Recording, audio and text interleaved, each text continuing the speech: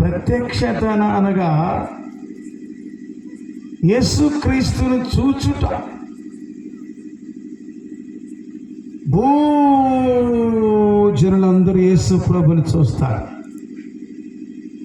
ఎవరెవరు చూస్తారు అని అంటే ఆయన పొడిచిన వారు చూస్తారు. ముందు ఎవరు పొడిచారు అని అంటే రోమీలే పొడిచారు యేసు ప్రభుని. యేసుక్రీస్తు ప్రభువుగా, దేవుడుగా, రోగులకు వైద్యుడుగా, పాపులకు రక్షకుడుగా యెరూషలేము పురవీధుల్లో తిరుగుతూ యూదయ, సమరయ, గలిలయ ప్రాంతాలంతా సంచరిస్తూ పరలోకపు మాటలు ప్రకటిస్తూ మారు మనసును కూర్చున్నటువంటి వాక్యాన్ని బోధించాడు ఆయన. అసలే యెరూషలేము వాళ్ళకి మారు మనసు అంటే ఇష్టం ఉండదు.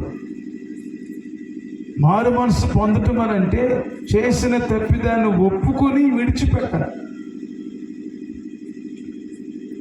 ఎవరిదైనా వస్తువు పట్టుకెళ్ళిపోయారు అనుకోండి, మీరు మారు మనసు పొందినట్లయితే ఫోన్ చేసి, బ్రదర్ నేను మారు మనసు పొందాను, మీ వస్తువు నా దగ్గర ఉంది, నన్ను క్షమించండి అనకూడదు. పట్టుకెళ్ళి ఇచ్చొచ్చేయాలి. అది మారు మనసు అంటే. మారు మనసు పొందని వాళ్ళు ఉన్నారు క్రైస్తవుల్లో. మార్పు లేకుండా ఆరాధించే వాళ్ళు కూడా ఉన్నారు. మార్పు లేకుండా దేవుణ్ణి స్తుతించే వాళ్ళు కూడా ఉన్నారు. మారు మనసును కూర్చున్నటువంటి వాక్యాన్ని ప్రభు బోధిస్తూ ఉంటే రోమీలందరూ ఏకమైపోయారు.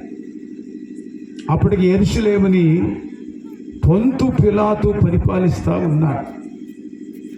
యెరూషలేమును ఒక హేరోదు చక్రవర్తిగా ఉన్నాడు. ప్రపంచాన్ని ఏలుబడి చేస్తున్న రోమ్ పట్టణాన్ని పొంతు పిలాతు పరిపాలిస్తూ ఉన్నాడు. యేసుక్రీస్తు ప్రభు చేసిన అద్భుతాలు వారు పొందారు. యేసు ప్రభు ద్వారా వారు మేళ్ళు పొందారు. కానీ యేసు ప్రభుని దేవుడిగా ఆరాధించలేకపోయారు. చాలా బాధాకరమైన పరిస్థితి. కుట్రలు పన్ని యేసుక్రీస్తు మీద నేరాన్ని మోపి అక్రమస్తుడిగా ఎంచి అన్యాయపు తీర్పు తీర్చి ఉదయం నుండి మధ్యాహ్నం వరకు కొరడా దెబ్బలు కొడుతూ భారభరితమైన సిలువను భుజాన పెట్టి కపాలమనబడిన మనిషి పురులాటి ఆ కొండపై వరకు తీసుకుని వెళ్ళి ప్రభుని సిలువేశారు. సిలువేసిన తర్వాత సైనికుడు పరీక్షించాడు యేసు ప్రభుని. ఆయన తన ప్రాణాన్ని తండ్రికి అప్పగించుకున్నాడు. తలవాల్చగానే ఒక సైనికుడు బళ్ళెముతో బడేలుమని ఆ డొక్కలో పొడిచాడు. నీరు కారిపోయింది. ఆ పొడిచిన వాడు సాక్ష్యం ఇచ్చాడు, ఈయన నిజముగా దేవుని కుమారుడు. అందరూ చేతులెత్తి స్తోత్రం చెప్పండి, హల్లెలూయా అని సాక్ష్యం ఇచ్చిన తర్వాత అక్కడి నుండి వాళ్ళందరూ మూటములు సదిరేసుకుని ఇంకా యేసు ప్రభుని సమాధి చేయటానికి తన బిడ్డలు వచ్చినప్పుడు ఆయన సమాధి చేశారు. ఆయన 3వ దినమందు తిరిగి లేచాడు. యెరూషలేములో యేసు ప్రభుని ప్రేమించేవారు చాలా తక్కువ మంది ఉంటారు. యెరూషలేములో ఎలాంటి భక్తి ఉందనంటే, యెరూషలేములో ఉన్న వాళ్ళందరూ యూదులే. వాళ్ళు ఎవరంటే యాకోబు సంతతి వారు, అనగా ఇశ్రాయేలీలు 3 గ్రూపులుగా ఉన్నారు యెరూషలేములు. ఇప్పటికి కూడా చాలా మంది యెరూషలేము వెళ్ళిన వాడు చెప్తుంటారు. ఆ సంగతులు మనమందరం కూడా గ్రహించాం. మొదటి రకం యూదులు ఎలాంటి వాళ్ళంటే మోసే రాసిన పంచఖండాల చరిత్రను ఆధారం చేసుకుని భక్తి చేస్తారు. వారు యావే భక్తులు, యెహోవా భక్తులు. వారికి యేసు ప్రభుతో సంబంధం ఉండదు, పరిశుద్ధాత్మతో వాళ్ళకి సంబంధం ఉండదు. రెండవ గుంపు వారు ఎవరంటే మోరియా పర్వతం మీద ఇస్సాకును కాదు బలిచ్చింది, ఇస్మాయిల్ను బలిచ్చారని చెప్పి కొంతమంది సహోదరులు వాళ్ళు యూదులే. అబ్రహాము పేరు చెప్పి మోరియా పర్వతం మీద ఇస్సాకు కాదని చెప్పి కొంతమంది ఆ రీతిగా భక్తిని ప్రారంభించేస్తా ఉన్నారు. ఇప్పటికి కూడా జరుగుతుంది. అక్కడి నుంచే ప్రపంచమంతా ఇటు మోసే పంచఖండాల చరిత్రను ప్రపంచాన్ని తీసుకొచ్చారు. అట్లాగే మోరియా పర్వతం మీద ఇస్సాకు బదులు ఇస్మాయిల్నే బలిచ్చాడని చెప్పి పిల్లరా అక్కడ ఆ యొక్క వార్తని ప్రపంచానికి తీసుకుని వచ్చారు. ఇకపోతే మూడో గుంపు వాళ్ళు ఉన్నారు. వాళ్ళు ఎవరంటే కన్న వాటిని గూర్చి విన్న వాటిని గూర్చి. చెప్పండి, తండ్రి యొక్కయు కుమారుని యొక్కయు పరిశుద్ధాత్మ నామములో మీరు సర్వలోకానికి వెళ్ళి సర్వ సృష్టికి సువార్త చెప్పమని దేవుని వాగ్దానం పొంది అపోస్తలులందరూ అక్కడి నుంచి బయలుదేరి యూదయ, సమరయ, గలిలయ ప్రాంతాలంతా సంచరించి ప్రపంచమంతా తిరిగి సువార్తను అందించారు. వారి అపోస్తలులు ఆ బాపుతా కొంతమంది యెరూషలేములో ఉన్నారు. దేవునికి మహిమ కలుగునుగాక. అంటే ప్రపంచానికి మూల కేంద్రమైన యెరూషలేములో 3 రకాల గుంపులు ఉన్నారు. భక్తి జీవితంలో మార్పు అలా వేరువేరుగా ఉంది.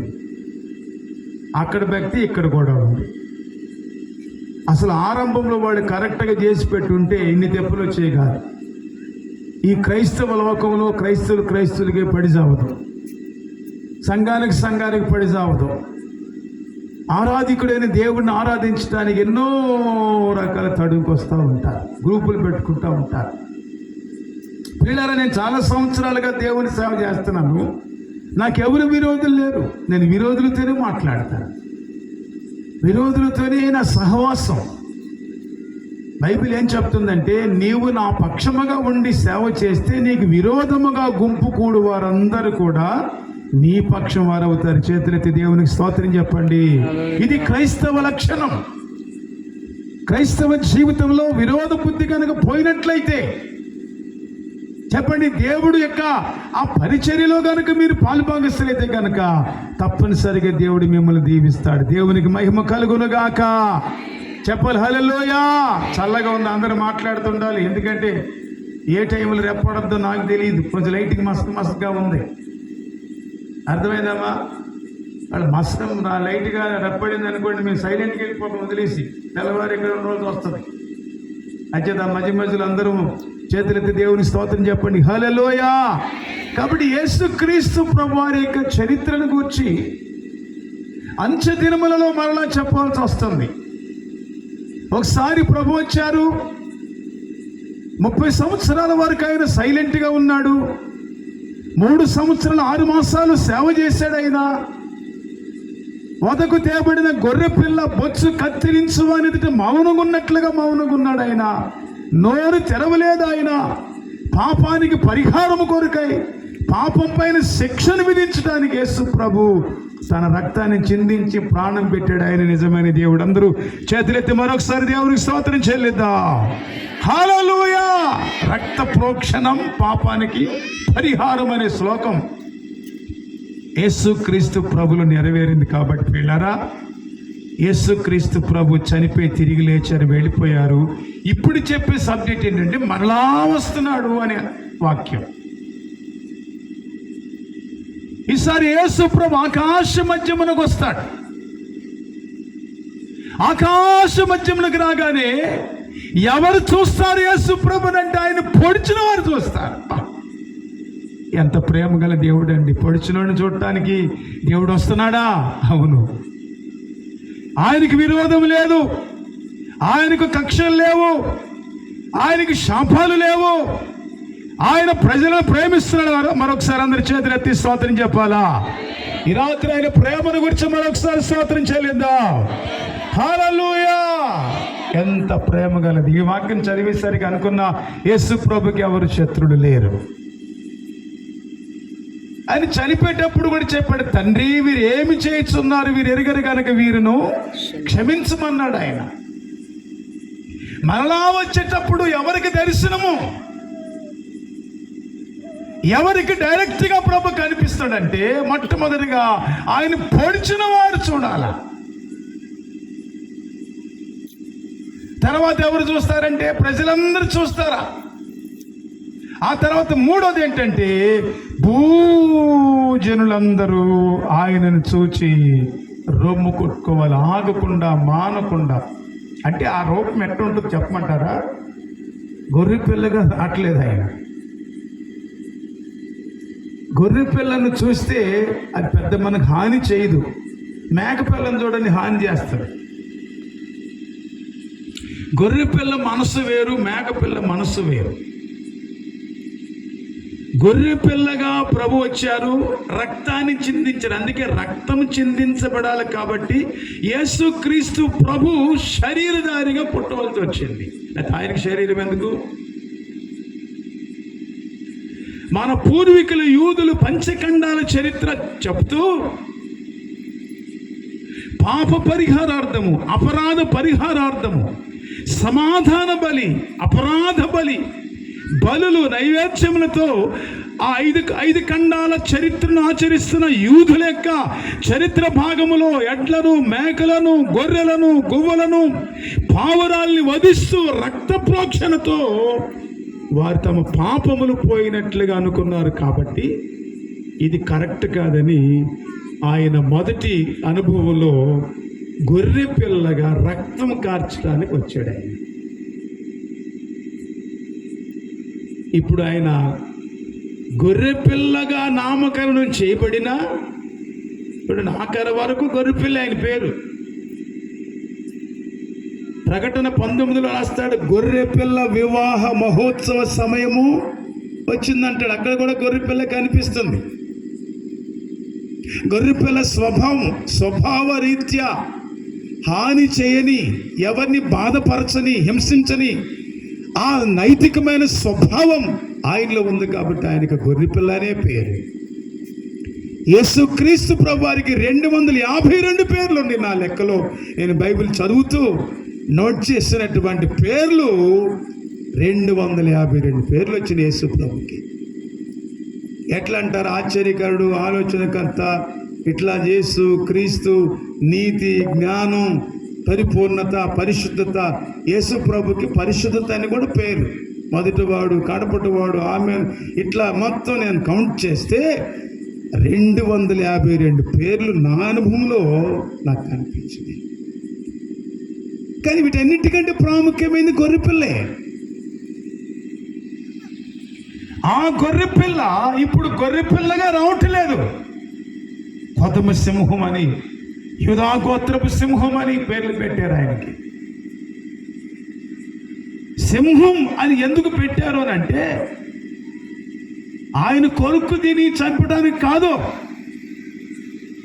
ఆయన బయలుదేరి వచ్చే ముందే ఈ ఆకాశము, ఈ భూమి, గాలి, నీరు, నిప్పు, పంచభూతములు, మీరు ఇంకా కొంచెం అవగాహన కావటానికి, అర్థమవటానికి మత్తయి సువార్తమాన 24వ అధ్యాయంలో 30 నుండి చదువుకుంటే ఆకాశపు శక్తులు కదిలిపోతాయట. చెప్పండి, సూర్యుడు నలిపైపోతాడట, చంద్రుడు రక్తమైపోతాడు. పంచభూతులు అంటే ఆయన కొరుకు తినడు. కానీ ఆ రాకను ఉద్దేశించి ఈ సర్వ సృష్టి గజగజ వణికిపోయే పని. అదే ఉగ్రత అంటే. ఆయనే కొరుకు తినడు మనల్ని. ఆయనకి ఆరంభం నుండి చివరి దాకా గొర్రెపిల్ల అనే పేరు. ఆయన తరపున యుద్ధం చేస్తుంది లోకం. ఆయన తరపున భూమి మాట్లాడుతుంది. ఆయన తరపున ఆకాశం మాట్లాడుతుంది. ఆయన తరపున నక్షత్రాలు మాట్లాడుతున్నాయి. ఆయన తరపున సర్వ సృష్టి మాట్లాడుతుంది. ఆ ప్రళయం, ఆ ఉగ్రత ప్రజలు తట్టుకోలేదు. వడగండ్లు కురిస్తే ఒక వడగండు బరువు 5 మణుగులను రాస్తుంది ప్రకటనలో. 5 మణుగులు. మణుగు వచ్చి 11 కేజీలన్నర. 5 11.5లో 55, 5 అర్థలు 2.5, 57.5. ఒక్క వడగండు పడితే 57.5 కేజీలు బరువు ఉండేది. నెత్తిన పడ ఒకటే పడద్దా, వానలా కురిచేస్తుంది. అసలు యేసు ప్రభుని ఎరగకుండా కనుక విడవబడితే, రక్షణ పొందకుండా కనుక విడవబడితే, మారు మనసు పొందకుండా కనుక విడవబడితే, యేసుక్రీస్తును ఆరాధించకుండా విడవబడితే చాలా భయానకమైన పరిస్థితులు ఎదుర్కోవాలి. ఇదే ప్రళయం అంతే తప్ప ఆయనే మనల్ని పొడి చేసి కరిచేసి చేసే బాధ్యత కాదు. ప్రేమ గల దేవుడు నిన్న నేడు నిరంతరం ఆయన ఒకే రీతిగా ఉన్నాడు. చేతులెత్తి స్తోత్రం చెప్పండి అందరూ దయచేసి. పిల్లరా, యేసు ప్రభు రానై ఉన్నారు. యేసు ప్రభు రాకలో యేసు ప్రభుని చూచే వాళ్ళ యొక్క లిస్టు రాస్తాడు దేవుడు. అది రాత్రి అంశం. ఇప్పుడు చాలా మంది యేసు ప్రభుని చూడలేదు. ఎవరెవరో చూస్తున్నారు, వాళ్ళని చూసి యేసు ప్రభు అందులో పెట్టుకుంటున్నారు. మీకు మాట చెప్పుకుంటారా? యేసు ప్రభు క్రైస్తవులకు దూరంగా ఉన్నాడు, హిందువులకు దగ్గరగా ఉన్నాడు. అంటే చాలా మంది క్రైస్తవులలో క్రీస్తు లేడు. తోటకూర, పాల తోటకూరలో పాలు లేవు, నేతి బీరకాయలు నెయ్యి లేదు. క్రైస్తవుల్లో క్రీస్తు లేడు. క్రీస్తును హైందువులు పట్టుకెళ్ళిపోయారు. వాళ్ళు మారు మనసు పొందితే, రక్షణ పొందితే, దేవుణ్ణి ఆరాధిస్తే ఒక క్రమమైన పద్ధతిలో చక్కగా నీట్గా తలార స్నానం చేసుకుని దేవుడికి పెట్టేది పెట్టి దేవుడికి ఇచ్చేది ఇచ్చి ఉపవాసాలుండి కన్నీరు కార్చుకుంటా ప్రార్థన అనుకోండి, ఎక్కడైనా మీటింగ్స్ అనుకోండి, మొదట బయలుదేరేది ఎవరో తెలుసండి?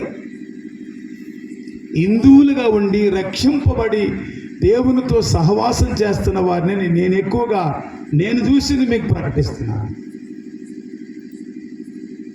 కానీ క్రైస్తవులుగా ఉన్నవాడికి దేవుడు అక్కర్లేదు. ఇక్కడ మా దేవుడు మా సంఘం కాదు, లేదా ఇక్కడ మా పరిస్థితులు మావి కాదు. ఇక్కడ నేను కరోనా 2019లో ఫిబ్రవరిలో ఇలాగే రోడ్డు పక్కన సభలో వాక్యం చెప్పానండి. అయిపోయింది. అప్పటికి మార్చికి విపరీతం అయిపోయింది. ఎవరి ముఖం చూసి ఇంత గొడ్లు కప్పేసుకున్నాం. ఒకప్పుడు గొడ్డది ఎవరు కప్పుకునేవారంటే నాకు తెలిసిన ప్రకారము పెదాల కొరుకుడు పుండ్లు వచ్చాయి. అదొక రకమైన వైరస్ వచ్చేది నా చిన్నప్పుడు. నాకు ఇప్పుడు 62 సంవత్సరాలు. నా చిన్నప్పుడు పెదాలు ఇంతంత లావైపోయి కొరుకుడు పుండు వచ్చేది. అదొక రకమైన వైరస్, ప్రపంచమంతా వచ్చింది అది. ఈ పెదాలు కనపడకుండా గొడ్లు కప్పుకునేవాడు. అటువంటిది కరోనా సమయంలో చిన్న లేదు పెద్ద లేదు, అందరి ముఖాన గుడ్డలు వచ్చేసిన పిల్లారా. మార్చికి ఎక్కువైపోయిన 19 మొదటిసారి వచ్చినప్పుడు ఇంకా నేను ఉదయకాలము అలాగ కూరగాయలు కొనుక్కుని వెళదామని నడుచుకుంటూ వచ్చి ఇలా మా రూట్ తిరిగేసరికి నా వెనుక ఒక బుల్లెట్ ఆగిందండి. సార్ నమస్తే సార్ అన్నాడు ఆయన. నమస్తే అండి అన్న. మీరు అబ్రహం గారేనా అన్న? అవునన్న. ముసుగు తీయమన్నాడు. ముసుగు తీశారు. అబ్రహం గారేనైనా అనుకున్నాను. సార్ నేను ఒక హిందువుణ్ణి, పక్కా హిందువుణ్ణి. నేను చెప్పిన మాటలు రికార్డు చేశాను, నా దగ్గర ఉన్నాయి. నేను పక్కా హిందువుని, నాకు యేసు ప్రభు అంటే ఇష్టం ఉండదు. కానీ మీరు పేపర్లో వాక్యం చెప్తున్నారు, జస్ట్ అలాగా ఆగి అలా వెళ్ళిపోదాం అనుకో. లోపల 25 నిమిషాలు విన్నానండి నేను బండి మీద ఉండి. అప్పటి నుండి అసలు మీరు ఎక్కడుంటారో ఏంటో ఇంకా విషయాలు తెలుసుకుందామని అనుకున్నాను. కానీ దేవుడి దయ వల్ల మీరు ఇలా నాకు కనపడటం కూడా గొప్ప అదృష్టంగా భావిస్తున్నాను. నేను కోర్టులో స్టెనోగా చేస్తాను, జాబ్ చేస్తానండి అని మరలా ప్రసంగం వినేసండి. పిల్లరా 5,000 రూపాయలు కానుక పెట్టాడు. దేవునికి మహిమ కలుగునుగాక. దేవుడు ఆకాశ పక్షులు, ఎందుకంటే ఏ ఇళ్ళకెళ్ళినా పాస్టర్ గారు వచ్చేసారు, కరోనా తెచ్చేసారు అని ప్రచారం చేసేసారు. మేమేదో మీ బాగు కోరుకొద్దామని మేము అనుకుంటే పిల్లల చాలామంది ఆ సమయంలో అసలు తలుపులే చేసుకున్నారు. చాలా సిగ్గుపడ్డారు కాబట్టి నేను. అలాంటి సమయంలో హిందువుడు దేవుని తెలుసుకుని చాలా పబ్లిక్గా సాక్ష్యం ఇచ్చాడు అని అంటే ఈరోజు క్రైస్తవులు ఇవ్వలేకపోతున్నారు. చాలా బాధాకరమైన పరిస్థితి. అందుకే ఈ రాత్రి మరలా పరిశుద్ధాత్ముడు చెప్తున్నాడు, యేసుక్రీస్తు త్వరగా వచ్చే ముందు ఆయన పొడిచిన వారు మొదటి చూడాలా, ప్రజలందరూ చూడాలా, ప్రజలందరూ రొమ్ము కొట్టుకోవాలా. 3 మాటలు ఇక్కడ పరిశుద్ధాత్ముడు తెలియపరచడి. పిల్లారా, ఇవాళ మా దేవుడు కాదనుకోవచ్చు మీరు, ఇవాళ మా సంఘం కాదనుకోవచ్చు మీరు. ఏమండి ఇంత ప్రయాస ఎందుకు, ఇన్ని వేల రూపాయలు ఖర్చు ఎందుకు అనుకోవచ్చు కొంతమంది ఏమి సహకరించరు కానీ విమర్శలు చేస్తారు. ఇది ఒక భారం అంతే, ఇది ఉండి చేసేది కాదు. ఇది మరి ఇలా చెప్పాలని నేను సంవత్సరంలో 20 స్థలాల్లో సభలు పెడతా. ప్రతి సభకు 2 లక్షలు ఖర్చు పెడతా. చాలామంది సేవకులు పిలుచుకుంటా, ఇరుగు పొరుగు సేవకులందరినీ పిలుచుకుంటా, పిల్లలందరినీ పిలుచుకొని అందరికి భోజనాలు పెట్టి ఏదో ఒక పండుగ సంతోషంగా దేవుణ్ణి ఆరాధిస్తాను. డబ్బులుండా చెప్పాలి మీరంతా కూడా. ఇది ఒక భారం అంతే. ఈ భారములో కొంతమందికైనా రక్షణ కలుగుద్దని చేతులెత్తి స్తోత్రం చెప్పండి. కొంతమందినైనా అగ్ని నుంచి లాగాలని ఉద్దేశమే తప్ప మరొకటి కాదు. ఈ వాక్యము ఇశ్రాయేలు ప్రజలతో చెప్పిన వాక్యం ఇది. మనం అన్యులం,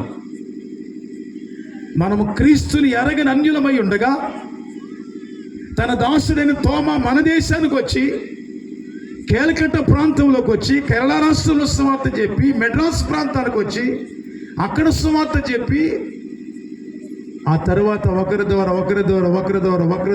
ద్వారా ఇలా ఈ రోజు వరకు మన వరకు మేము కూడా పుట్టుకతో క్రైస్తవులు ఏమేం కాదు. మేము చాలా సంవత్సరాలు యేసు ప్రభుని విమర్శించినటువంటి కుటుంబం మాది. మా ఇంట్లో పూనకాళ్ళు అమ్ముతాం. ఎవరిని విమర్శించి కాదు, మా అనుభవం అది. మేము యేసు ప్రభుని అంటే అయిష్టంగా చూసేవాళ్ళం, చాలా తేలిక మాట్లాడేవాళ్ళం, తెలియనప్పుడు అంతే. ఎవరైనా సరే మా ఇలవేల్పు అంటే మా దేవుడు మా సొంత పెద్దమ్మ కొడుకు మా అన్నయ్య గారు, ఆయన పేరు ఆరోగ్యం. కానీ ఆయనకి ఎప్పుడు అనారోగ్యం ఉండేదండి. అనారోగ్యం ఎందుకు ఉండేదంటే ఆయన మీద పూనకం వచ్చేది. అది మేము నమ్మేవాళ్ళం. అదే మా దేవుడు. పూనకం వచ్చినప్పుడు మా అన్నయ్య గారు అనేవాడు కాదు, దేవుడు అనేవాడు. కళ్ళు కళ్ళు కళ్ళు కళ్ళు అని కిందడిపోయేవాడు ఆయన. మా నాన్న ఇత్తడి క్యారేజ్ పట్టుకెళ్ళిపోయి పెద్ద క్యారేజీలు అప్పుడు దాని నిండా కళ్ళు పట్టు మా దేవుడికి ఎన్ని పెట్టేమో.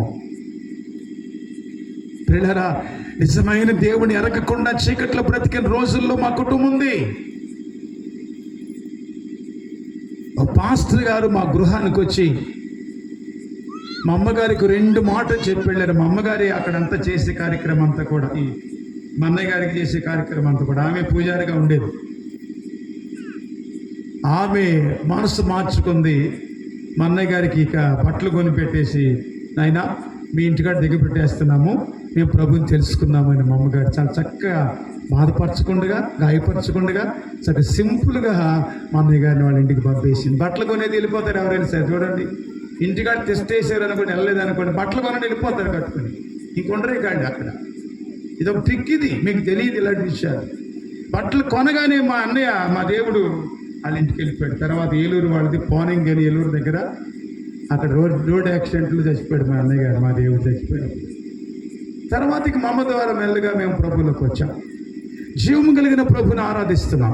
వాక్యం చదివే కొలది ఆసక్తి కలుగుతుంది.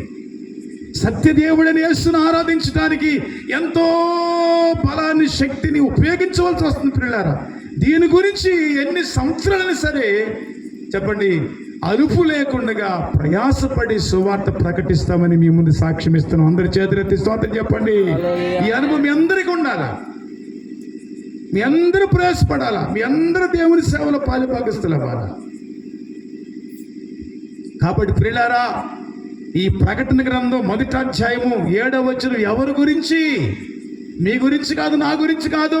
అన్యులం, క్రీస్తు ద్వారా రక్షింపబడిన వాళ్ళం. బైబిల్ వాళ్ళదే, ఆరాధన వాళ్ళదే, పాటల వాళ్ళవే. మనం కేవలం అన్యులకు రక్షింపడ్డాం. కానీ యేసు క్రీస్తు ద్వారా వారికి ఇచ్చిన వాగ్దానములు, వారికి ఇచ్చిన వాక్యమును, వారికి ఇచ్చిన సహవాసమును వారికి మనకి మధ్యలో ఉన్న గోడను పగలగొట్టి పౌలు గారు చాలా క్లియర్గా చెప్పాడు ఎఫెసీ పత్రికలో, మనల్ని కూడా వాళ్ళతో సమానం చేశాడు. దేవునికి మహిమ కలుగునగాక. అయితే గ్రంథం మాత్రం వాళ్ళ గురించే చెప్తుంది. ఇదిగో త్వరగా వచ్చుచున్నాను, ఆయన పొడిచిన వారు చూడాలా, భూ ప్రజలు చూడాలా, రొమ్ము కొట్టుకోవాలా. ఈ వాక్యాలు ఇంకా జరగలేదు ప్రియులారా. అయినప్పటికి కూడా ఈ రొమ్ము కొట్టుకుని ఆయన చూచి సమస్యలు కిందడిపోయి చచ్చిపోదామంటే సాగు రాదు, పారిపోదామంటే ఊరు రాదు, జీవితం అంతా శాపముగా మార్చబడకుండా ఉండటానికి దేవుడు ఒక చక్కటి ప్రేమ కలిగిన మాట ఇచ్చాడు. అది ప్రకటిస్తున్నాను. ఇంత బెదిరింపులున్నా, ఇంత చెప్పండి ప్రళయాలు ఉన్నా, ఇంత ఉగ్రత ఉన్నా తప్పించుకునే మార్గం, రక్షణ పొందే మార్గాన్ని ప్రభు ఈరోజు వారిని ఉదహరించి మనకు తెలియజేస్తున్న వాక్యం అని చెప్పమంటారు. అందరూ చదవాలి వాక్యం. జకర్యా గ్రంథం 12వ అధ్యాయము 10వ వచనాన్ని మీరు చూసుకోండి. ప్రకటిస్తున్నా. ఇంత ప్రళయం వస్తున్నా, ఇంత ఉగ్రత భూమి మీదకి రాబోతున్నా, ఎన్నో రకాల కష్టాలు నష్టాలు వస్తున్నా, ప్రేమ గలవాడు కాబట్టి కొంచెం మనలో అవకాశం ఇస్తున్నాడు, మారు మనసు పొందుతావేమోనని. జకర్యా గ్రంథం 12వ అధ్యాయము 10వ వచనములో దావీదు సంతతి వారి మీదను యెరూషలేము నివాసుల మీదను, చూడండి ఆ విజ్ఞాపన, చూడండి పదాలు, కరుణ నొందించే ఆత్మను, అమ్మా విజ్ఞాపన చేసే ఆత్మను కృమ్మరిస్తున్నాను. వారు పొడిచినటువంటి యేసు ప్రభుని చూస్తారు కాబట్టి. మరలా వివరిస్తాను ఈ వాక్యం. ఖచ్చితంగా యేసు ప్రభుని చూడాలా. ఈరోజు మా దేవుడు కాదు, ఈరోజు మాకు ఆయనతో పని లేదు అనుకుని యేసు ప్రభు అనుకుని ఎవరెవరినో చూస్తున్నారేమో మీరు. ఇప్పటికి చాలా మంది క్రైస్తవులకు యేసు ప్రభుని యేసు ప్రభుగా దేవుడిగా ఆరాధించరు. ఎవరెవరిని అడ్డం పెట్టుకుని ఆయన పేరు చెప్పుకుంటారు. నీకు అర్థమవుతుందండి? చాలా మంది పాస్టర్లు దేవుళ్ళు అయ్యారు. ఆఖరిలో యేసుక్రీస్తు నామములు అడుగుతున్నాం తండ్రి అంటాం మనం. ఆ పాస్టర్లు నేర్పింది ఏంటంటే వాళ్ళ పేర్లతో పిలవమని నేర్పించుకుని, ఇదే బైబిల్. మళ్ళీ అక్కడ యేసు ప్రభు వస్తే అది కొట్టేసి ఆ పాస్టర్ గారి పేరు రాసుకోవాలి. ఇది దుర్బోధ. క్రైస్తవ లోకాన్ని నాశనం చేసేసారు దుర్బోధ వల్ల. ఏం కలిసి వస్తుంది మీకు?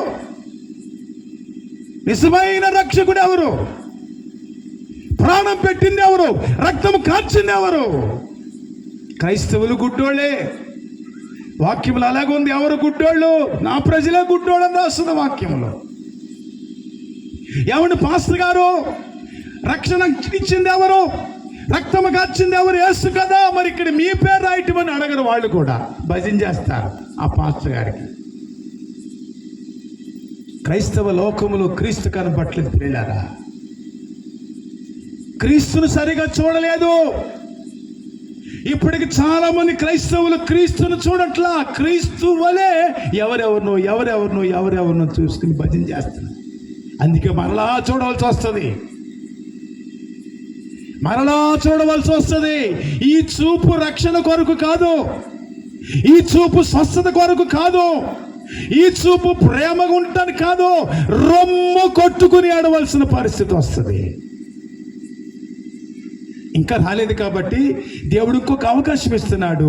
దావీదు సంతానం మీద, అంటే మీ సంతానం మీద, మీ ఇళ్ళ మీద, మీ బిడ్డల మీద, మీ భర్తల మీద, మీ భార్యల మీద, నా భార్య మీద, నా బిడ్డల మీద ఇంత జరిగిన, ఇంత ఉగ్రత పొంచి ఉన్న విజ్ఞాపన చేసే ఆత్మ భూమి మీదకి వచ్చింది. దేవుని స్తోత్రం చెప్పండి. అదే పరిశుద్ధాత్మ. పరిశుద్ధాత్మ లేనివాడు దేవుడు వాడు కాడు. చాలా సంఘాలలో పరిశుద్ధాత్మను గురించి తెలియదు. యేసు ప్రభు వెళ్ళిపోతూ ఆదరణకర్త మీ మధ్యకి వచ్చాడు. పరిశుద్ధాత్ముడు ప్రధాన యాజకుడు. పరిశుద్ధాత్ముడు పాపమును ఒప్పిస్తాడు. పరిశుద్ధాత్ముడు సంఘాన్ని సిద్ధపరుస్తాడు. సంఘంలో బాప్తిసాలు పొందేవాళ్ళు ఎంతమంది? ప్రభు పళ్ళలో పాలు పంపులు పొందేవాళ్ళు ఎంతమంది? ప్రార్థన పరులు ఎంతమంది? గుప్పులు విప్పేవాళ్ళు ఎంతమంది? దశంభాగాలు ఇచ్చేవాళ్ళు ఎంతమంది? ఏమని ఉపవాసాలు ఉండే ఎంతమంది అని పరిశుద్ధాత్ముడు కౌంట్ చేసుకుంటూ సిద్ధపరుస్తాడు. పరిశుద్ధాత్ముడు అసలు ఈ పరిశుద్ధాత్ముడు లేడే. కొన్ని సంఘాల్లో, కొన్ని సహవాసాలలో పరిశుద్ధాత్మ పేరు చెప్పకూడదు అని ప్రకటిస్తున్నారే.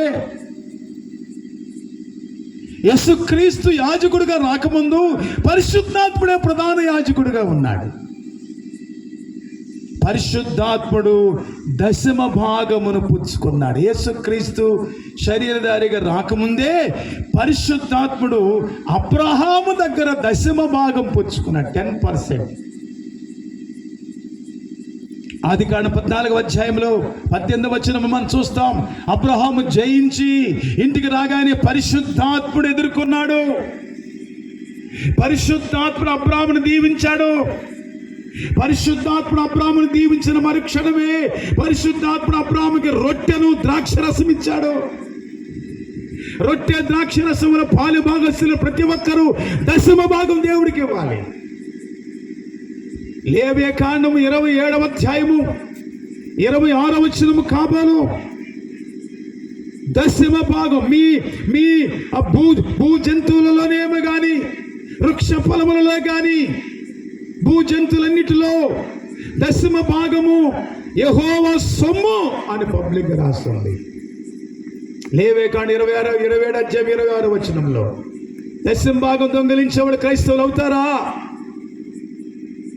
దశమ భాగము చేతనే ప్రపంచ దేశాలు దీవించబడ్డాయని డాక్టర్ బిల్ గ్రహాం గారు చెప్పారు. ఒకసారి క్రైస్తవ దేశాల్లో జీతం రాగానే ఎన్ని లక్షలు వచ్చినా ఎన్ని వేలు వచ్చినా ముందు దశమ భాగం ఆ బైబిల్లో పెట్టుకుని తర్వాత ఖర్చు పెట్టుకుని ఆ దశమ భాగాన్ని నెలమారులో ప్రభు శరీరంలో ప్రభు రక్తంలో పాలుభాగస్తులైనప్పుడు తీసుకున్న సేవకుడి చేతులు ఎప్పుడు ప్రార్థన చేయించుకుంటారు. అందుకే ఆ దేశాలు దీవించబడ్డాయని చెప్పి డాక్టర్ బిల్ గ్రహాం గారు చక్కని వాక్యం చెప్పారు.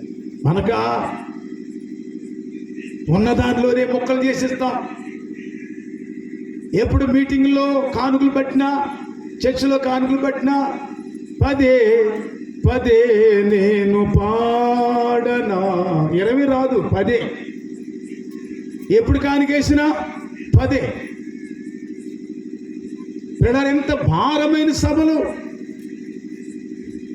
మరి ఎక్కువ మంది సంఘస్థులు లేకపోయినా దేవుని దాసుల యొక్క హృదయంలో పెట్టిన భారం గ్రామస్తులందరి ప్రార్థన సహకారంతో ఈ ప్రాంతంలో సర్వసత్యాన్ని ప్రకటించడానికి పరిశుద్ధాత్ముడు ప్రోత్సాహంతో పరిచర్య చేసిన అనేక మంది బిడ్డల ద్వారా ఈ పరిచర్య జరుగుతుందంటే 10 దేవునికి ఇచ్చేది. దేవుని బిడ్డ, మాకు సంఘాలోనే మాకు జీతపత్యాలు అక్కర్లేదు, బయట వారి దగ్గరికి వెళ్ళం. మేము నాకు ప్రతి నెల 1,92,00,000 దశ భావిస్తా. నేను తినేనండి అన్నీ సేవలు ఖర్చు పెట్టేస్తా, మీటింగ్లు పెట్టేస్తా, సేవకులను పిలిపిస్తాను. ఆ పరిసర ప్రాంతాల్లో అంతమంది సేవకులు అందరినీ పిలిపి అందరికీ కానుకలు పెట్టి, పిల్లరా దేవుడు సొమ్మది, దేవుని సొమ్మది. సంఘాల ప్రోత్సాహం మాకుంది. ఈనాడు చిన్న సంఘమైన పెద్ద సంఘమైన ప్రోత్సాహం ఇస్తే సేవ ఇంక ముందుకు వెళ్ళిపోతుంది. దేవునికి స్తోత్రం చెప్పండి. హల్లెలూయా. మాకేం దశమ భాగం ఉందయ్య గారు, మేము పనే పాట ఎడగడ కూర్చున్నాం అంటున్నారుగా. జగన్ గారి జీతం వస్తుందిగా, దశమ భాగం ఉందా? దానిలో 3,000 తీర్చోలు పెట్టేసుకుంటున్నారు. సుమా ప్రతి పైసాకు మనం లెక్క చెప్పాలి దేవునికి. దేవుడు మీకు ఇచ్చిన ఆరోగ్యపరంగా దేవుని సేవలో ప్రోత్సాహం ఇవ్వగలిగితే కనుక ఇంకో 10 స్థలాల్లో కూడా సభలు పెట్టగలుగుతారు. దేవునికి స్తోత్రం. లోకస్తులు చూడండి, నిలువు దోపిడి కానుక పెట్టలేసేస్తున్నారు. ఎన్ని కాసులు ఒంటి మీద ఉన్నా సరే, ఎన్ని లక్షలని సరి పట్టుకెళ్ళేసి చేస్తున్నారండి. వాళ్ళని చూసి మనం నేర్చుకోవాలి ప్రియులారా. పదే పాట పాడి ఎక్కడికి వెళ్ళినా 10 రూపాయలు పట్టుకెళ్ళి దేవునికి 10 వేసేసి స్థానం పెట్టుకొచ్చేది కాదు. పరిశుద్ధాత్ముడు అబ్రహాము దగ్గర దశమ భాగం పుచ్చుకున్నాడు. చదవండి, నా మాట చదవండి. ఆదికాండం 14వ అధ్యాయం 18వ వచనంలో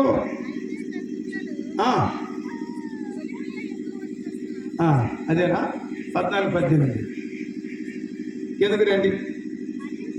షాలేము రాజు రొట్టెను ద్రాక్షరసమును తీసుకుని వచ్చాను. అతడు సర్వోన్నతుడగు దేవునికి యాజకుడు. అప్పుడు అబ్రహామును ఆశీర్వదించి ఆకాశమునకును భూమికిని సృష్టికర్తను సర్వోన్నతుడైన దేవుని వలన అబ్రహాము ఆశీర్వదింపబడును గాక అనియు, నీ శత్రువులను నీ చేతికి అప్పగించిన సర్వోన్నతుడకు దేవుని స్తుతింపబడును గాక అనియు చెప్పెను. అప్పుడు అతడు అన్నిటిలోని అబ్రహాము అన్నిటిలో అతనికి 10వ వంతు ఇచ్చెను. దేవునికి దేవుని స్తోత్రం కలుగును గాక. యేసుక్రీస్తు లోకానికి రాకముందే పరిశుద్ధాత్ముడు వచ్చున్నాడు. పరిశుద్ధాత్ముడు 10వ భాగం పుచ్చుకున్నాడు.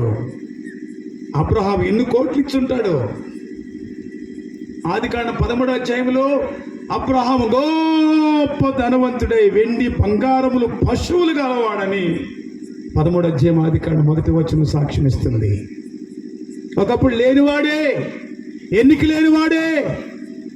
అబ్రహాం తండ్రి తెరాహు తండ్రి నాహోరు, వీళ్ళందరూ పేదవాళ్ళు. ఏమండి, చాలా పేదవాళ్ళు.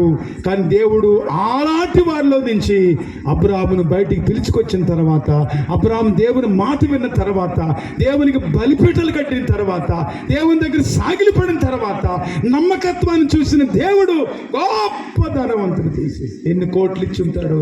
10వ భాగం. కొందరు 10వ భాగం పంచుతారు. ఎందుకు నాకు తెలియదు. పరిశుద్ధాత్ముడు చెప్తున్నాడు, 10వ భాగాన్ని ముట్టుకోకండి, 10వ భాగాన్ని ఎదురు చూడకండి. 10వ భాగం యెహోవా సొమ్ము. లేవియాకాండం 27వ అధ్యాయంలో 26వ వచనములో భూధాన్యములలోనేమి వృక్ష ఫలములలోనేమి ఏమండి 10వ భాగము యెహోవా సొమ్ము అని క్లియర్గా రాస్తుంది. అండర్లైన్ చేయండి ఆ మాట చదివితే. మొక్కలు చేసేసి హైదరాబాద్ పాస్టర్ గారు కొంత, ఇక్కడ పాస్టర్ గారికి కొంత, భిక్షగాడు రోడ్డు పక్కన ఉంటే 10వ భాగం పెట్టుకుని అడుగు పెడతారేంటండి? మీ సొమ్ము పెట్టండి, మీ భోజనాలు వండి పెట్టండి. 10వ భాగం పట్టుకెళ్ళి పెడితే 10వ భాగం దేవుని దగ్గరకు రావాలి. బాగా అర్థం చేసుకోవాలి. వాక్యాన్ని అనుసరించాలి. వాక్యం అనుసరిస్తే కనుక తప్పనిసరిగా ఆశీర్వాదాన్ని పొందుతారు. చేతులెత్తి స్తోత్రం చెప్పండి. హల్లెలూయా. వాక్యం అనుసరించక ఇలాగే ఉండిపోతున్నాం. నేను ఏపీఎస్ఐడిసిలో జాబ్ చేశాను, గవర్నమెంట్ జాబ్. ప్రభు పిలుపందుకుని విజయనగరం నుండి తాడేపల్లిగూడ పట్టణానికి వచ్చాము సేవ చేయటానికి. 169 రూపాయలు అద్దె గృహం కట్టలేక మున్సిపాలిటీ చెత్త వేసేసారు మా ప్రాంతంలో. చుట్టూ చాలా మంది బరకాలు కట్టుకుని బ్రతుకుతున్నారు. అందులో మేము జాయిన్ అయిపోయాం. భార్య భర్తలు ఎవరి కాలం ఉన్నాం, పడుకోవటం లేదు. చుట్టూ పరకాలు గాలికి ఎంతసేపు ఉంటాయి, సరైన కర్రలు కూడా లేవు పాతుకోవటానికి. పందులు కుక్కలు అక్కడే పడేస్తారు. వాసన బ్రద్దలైపోయి ముక్కులు ప్రభు పిల్లరా కిరసనాలు జల్లుకున్న రోజులని బట్టల మీద. దేవుడు అలా ఉంచాడా? అలా ఉంచలేదు పిల్ల. అన్నింట్లో నమ్మకంగా దేవుని పని కొరకు యథార్థముగా ప్రయాసపడుతున్నాం కాబట్టి దేవుడు అంతకంతకు నమ్మకత్వాన్ని చూచాడు. ఆ దరిద్రతను పోగొట్టాడు. పిల్లలారా ఒక స్థాయికి తీసుకొచ్చాడు. దేవునికి మహిమ కలుగును గాక. మీ నమ్మకత్వాన్ని కూడా ప్రభు చూస్తున్నాడు. పరిశుద్ధాత్ముడు సంఘాన్ని ప్రభు యొక్క రాక కొరకు సిద్ధపరుస్తాడు. హేగే అంటే పరిశుద్ధాత్ముడే. షండు అంటే పరిశుద్ధాత్ముడే. పరిశుద్ధాత్ముడు ఎస్తేరు వలె సంఘాన్ని సిద్ధపరుస్తాడు. రాజు దైనందిన స్త్రీలలో ఎస్తేరు శ్రేష్టమైన పిల్లలు నమ్మిన వారు గట్టిగా చేతులెత్తి స్తోత్రం చెప్పండి. ఎస్తేరు వంటి బ్రతుకు చేస్తానంటున్నాడు దేవుడి రాత్రి సమయంలో. రాజు చూడగానే దయ కలిగిందంట. యేసయ్య నిన్ను చూడగానే దయ కలగాల. మీ సాక్ష్య రూపాలు, మీ సేవ జీవిత రూపాలు దేవుని పక్షముగా కనుక యథార్థముగా మనం బ్రతకగలిగితే కనుక ఖచ్చితంగా పరిశుద్ధాత్మ దేవుడు చూస్తాడు. నమ్మకత్వాన్ని బట్టి ప్రతిఫలం ఇస్తాడు. ప్రియులారా, పరిశుద్ధాత్ముడు ప్రియులారా చేసే పని పాపమును ఒప్పిస్తాడు. పాపాన్ని ఒప్పిస్తాడు. పాపం దాచుకున్నారేమో,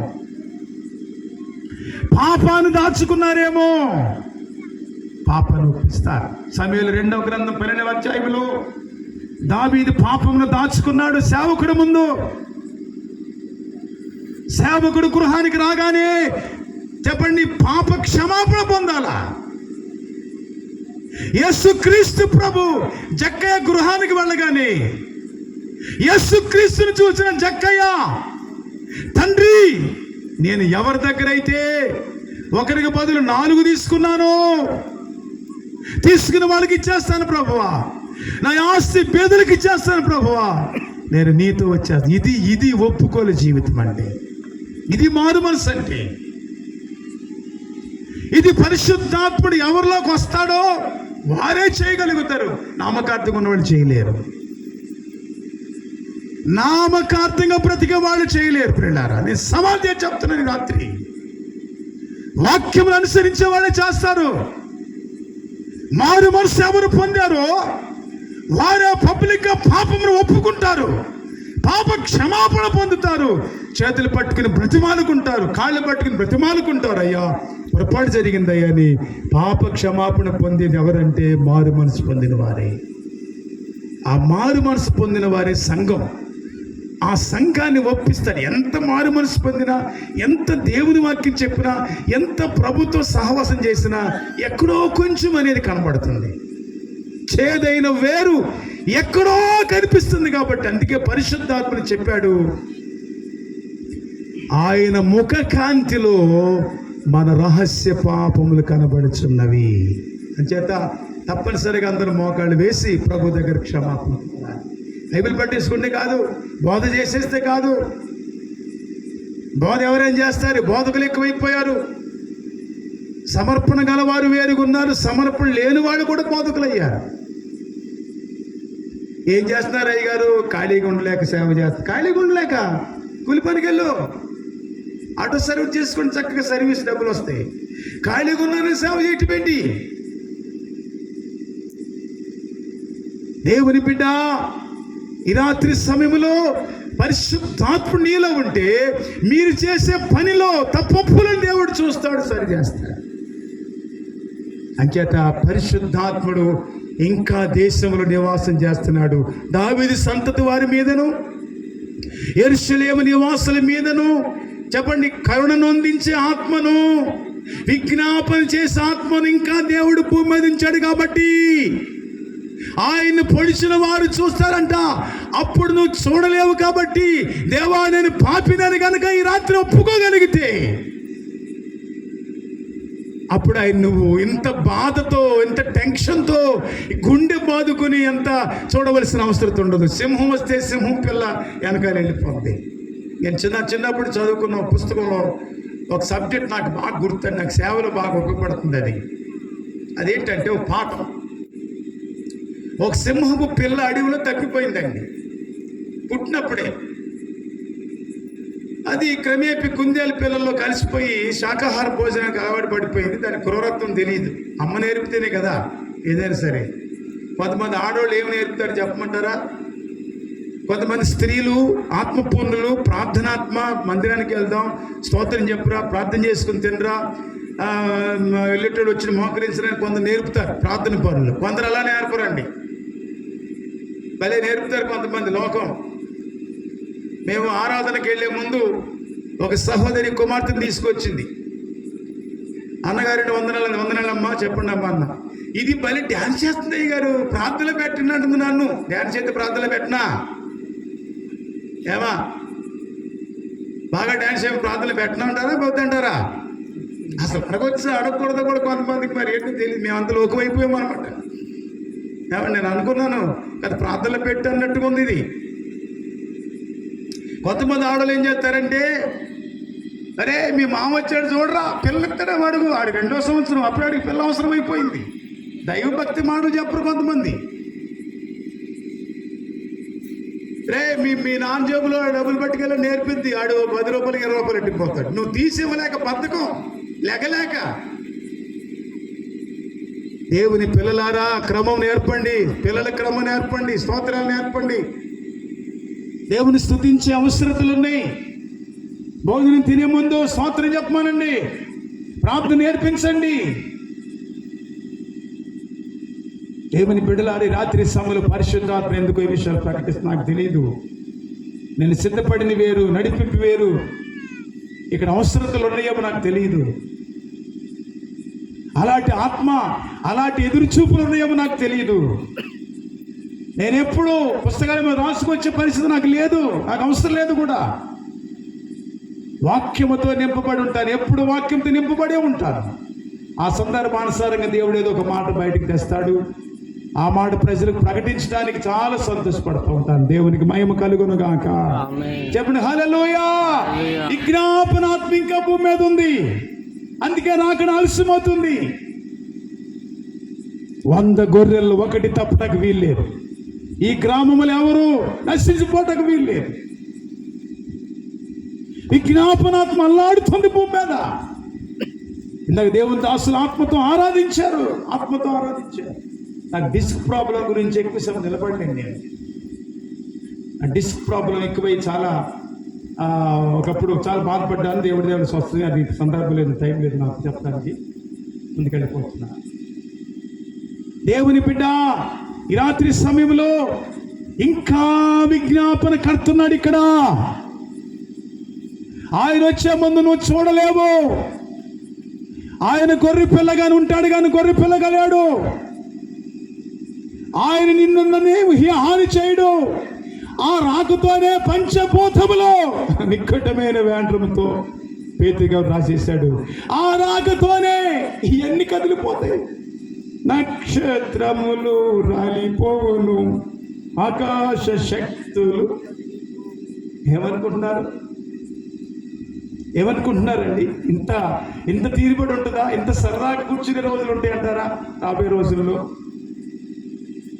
వాక్యాన్ని ధ్యానిస్తుంటే భయం కలుగుతుంది, వాక్యాన్ని చదువుతుంటే భయం కలుగుతుంది.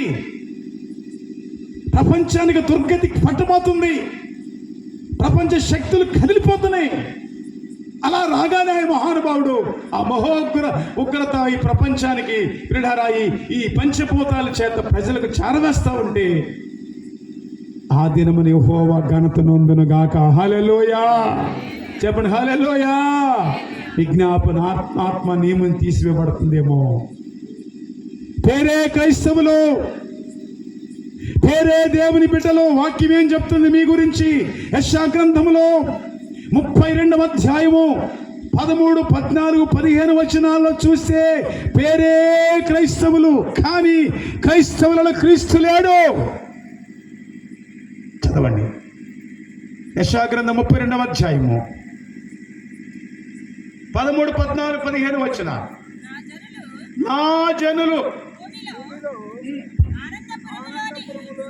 నా జనుల భూమిలో ఆనందపురములోని ఆనంద గృహాలలో ముండ్ల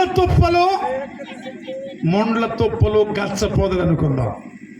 పేరే ఆనందపురం, గృహమే ఆనందం. అంటే క్రైస్తవుల గురించి చెప్పిన మాట ఇది, యూదుల గురించి చెప్పిన మాట ఇది.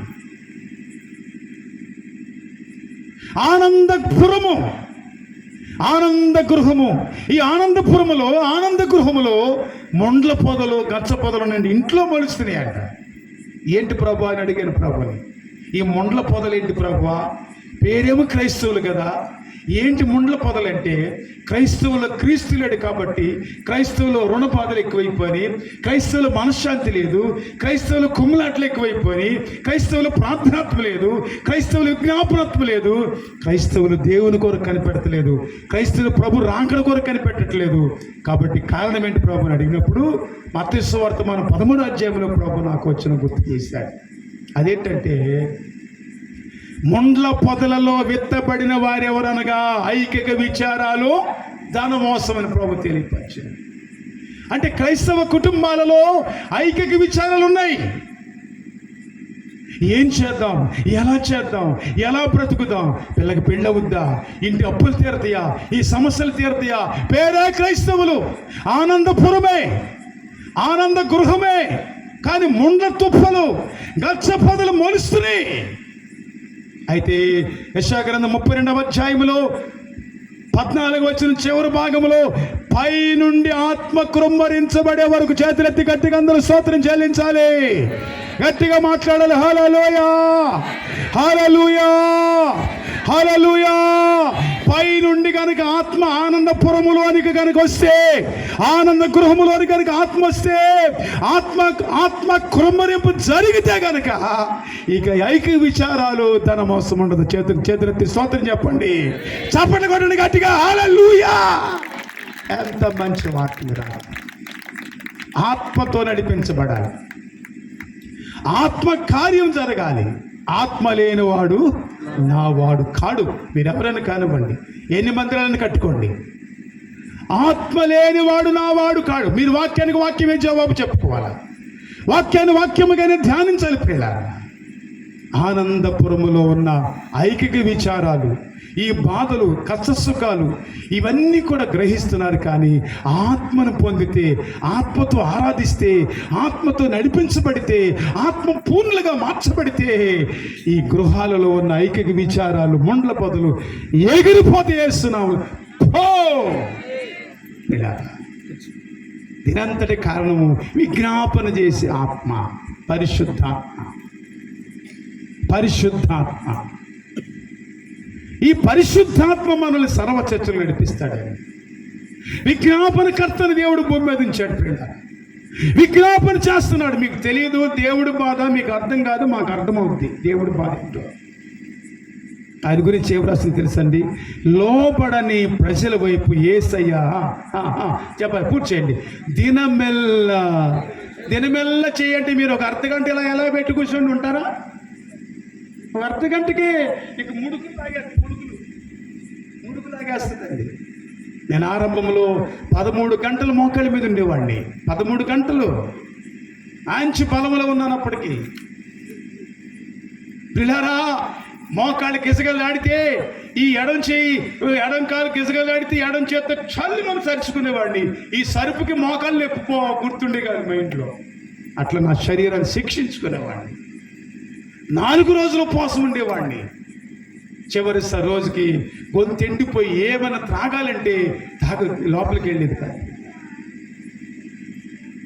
ఈ రోజుల్లో మీరు ఇలా ఉపవాసాలు చేయగలరా? మోకాళ్ళ మీద ఉండగలరా? నేల మట్ట వరకు తగ్గించుకోగలరా దేవుని ముందు? క్లాస్ అయిన సీట్లు కావాలి మనకి, క్లాస్ అయిన కుర్చీలు కావాలి మనకి, తప్పు కాదు. కానీ ఆరోగ్యం ఉంది, అలా మోకరిస్తే కనుక ఆత్మ మీ మీదకి వస్తాడు. ఆ క్రమ్మరింపులో మీరు తన్మయం చెందుతారు. మీ ప్రాణాత్మ దేహాలు దేవుని మీకు తెలియకుండానే ఆత్మ క్రమ్మరింపు జరిగి మీరు దేవునితో మాట్లాడతారు. దేవునికి మహిమ కలుగును గాక. అందరూ చెప్పాలి. పిల్లారా, ఈ రాత్రి సభలో దేవుడు మిమ్మల్ని ప్రత్యేకంగా ప్రేమిస్తున్నాడు, ఎంచుకున్నాడు ఆయన పని చేయటానికి. పిల్లారా, కాబట్టి పరిశుద్ధాత్ముడి వలన ఇంకా ఆ ఉగ్రతను చూడకుండగా ఇంకా భూమి మీద ఉన్న మనము పిల్లారా దేవుని తట్టు తేరు చూస్తే ఆ ఉగ్రత నుంచి మనం తప్పిస్తాం. ముగింపుకి వచ్చాను. మీ బాధలు నాకు అర్థమైనవి.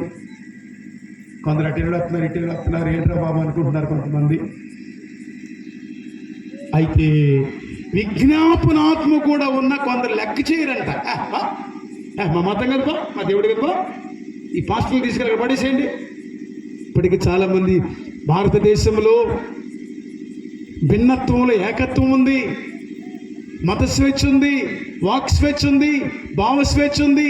ఎప్పుడైనా ఎక్కడైనా రోడ్డు మీద అయినా నడి వీధిలోనైనా ఎవరిని వెళ్ళే వాళ్ళకైనా వచ్చే వాళ్ళకైనా ఎవరైనా ఏ మతమైనా ఏ కులమైనా ఏ మిషన్ అయినా ఏ గుంపు వాళ్ళైనా భావ స్వేచ్ఛతో, వాక్ స్వేచ్ఛతో, మత స్వేచ్ఛతో మాట్లాడుకోవచ్చు, పూజ చేయొచ్చు, ప్రార్థన చేయొచ్చు, నమాజ్ చేయొచ్చు, ఎన్నో రకాలుగా ఆరాధన చేయొచ్చు అని అత్యున్నత భారత రాజ్యాంగం మనందరికి హక్కు కలిగిస్తే ఈ హక్కును కొంతమంది కాలరాసి క్రైస్తవులను బాధపరుస్తున్నారు, క్రైస్తవులను హింసలు పెడుతున్నారు. నన్స్ దేవుని కొరకు సమర్పించుకున్న వారిని వివస్త్రాలు చేసి బాధపరిచి పాస్టర్లను చంపి చర్చలు తగలబెట్టి చూస్తాడు నా దేవుడు. ఉగ్రత కొరకు భారతదేశం సిద్ధపడుతుందా? ఉగ్రత నుంచి తప్పించుకుంటావు ఈ రాత్రి అయినా సరే. ఆ రాకను నువ్వు చూడలేవు, ఆ ఉగ్రతను చూడలేవు. రొమ్ము కొట్టుకోవాలా? పిల్లరా, కొందరు వ్యతిరేకిస్తున్నారంట. వాళ్ళ గురించి రాశాడు దేవుడు ప్రకటన గ్రంథంలో 6వ అధ్యాయము 15-16 వచనాలు చదువుకుందాం. ప్రకటన గ్రంథం 6వ అధ్యాయము 15-16 వచనాలు. భూరాజులు అంటే భూమిని పరిపాలించిన రాజులు, అంటే ఘనత వహించిన వారు, అంటే శాస్త్రాలు రాసిన వారు, బాగా డబ్బు గలవారు, బలవంతులు. దాసుడు అంటే రక్షణ లేనివాడు, స్వతంత్ర రక్షణ పొందినవాడు. కొండ గుహలలోను